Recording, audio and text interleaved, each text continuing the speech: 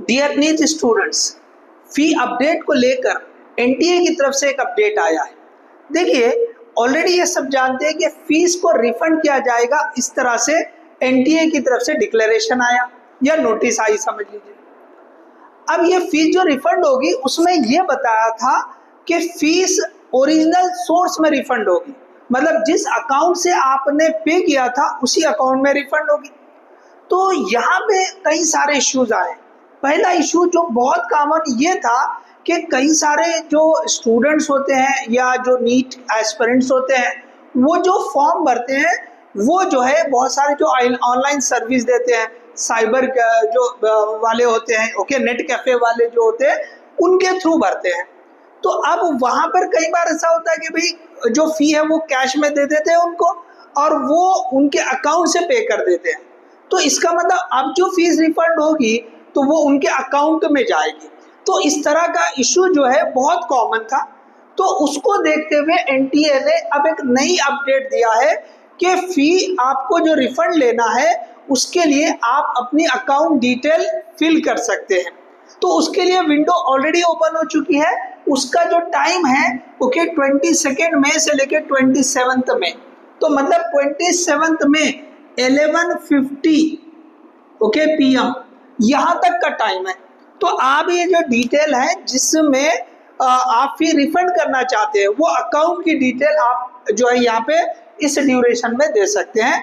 तो last date आप देख लीजिए 27 में, टाइम 11:50। तो ये जो है अब आपको एक मौका दे दिया है कि भाई चलो आपको अगर कोई दूसरे अकाउंट में फी रिफंड कराना है तो आप जो है वो कर सकते हैं।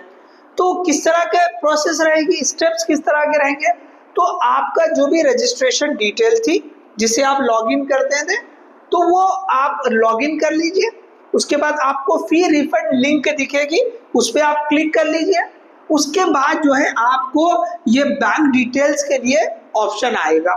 तो उसमें आपको क्या क्या फिल करना है, तो सबसे पहले अकाउंट होल्डर का नेम, तो नेम एग्जैक्टली जैसे बैंक में जो दिया है आपने उस जैसा ही दे आप, ओके, सेम उसी तरह का देंगे। उसके बाद आईएफएससी कोड, जिस बैंक में आपका अकाउंट है या जिसमें आप फी रिफंड करवाना चाह रहे हैं तो उसका आईएफएससी कोड, अकाउंट नंबर लगेगा और बैंक का नेम, ओके, ये 4 डिटेल। और ये जो 5th वन है वो ऑप्शनल है कि भाई आप जो है वो स्कैन कॉपी जो कैंसिल चेक की होती है उसको अपलोड कर सकते हैं, लेकिन इसको ऑप्शनल बताया है। तो ये 4 इंफॉर्मेशन बहुत इंपॉर्टेंट है कि आप अकाउंट होल्डर का नेम, आईएफएससी कोड, बैंक का नाम और अकाउंट नंबर, ये 4 इंफॉर्मेशन आपको जो है ये डिटेल फिल करना है related to the bank account. तो आप जो है ना एक बार ये इंटर कर ये डिटेल दे दिए तो देखो ये अब आप चेंज नहीं कर सकते, ओके। एक बार आपने ये इंफॉर्मेशन दे दी तो अब आपको फी इसी अकाउंट में रिफंड होगी, इसको आप चेंज नहीं कर सकते। तो आपको जो भी अकाउंट देना है वो सोच समझ के दे कि भाई किस अकाउंट में आपको फी रिफंड कराना है, बाद में चेंज करने का ऑप्शन नहीं है, ठीक है। तो ये जो है फी रिफंड को लेके जो अपडेट थी वो हमने डिस्कस की।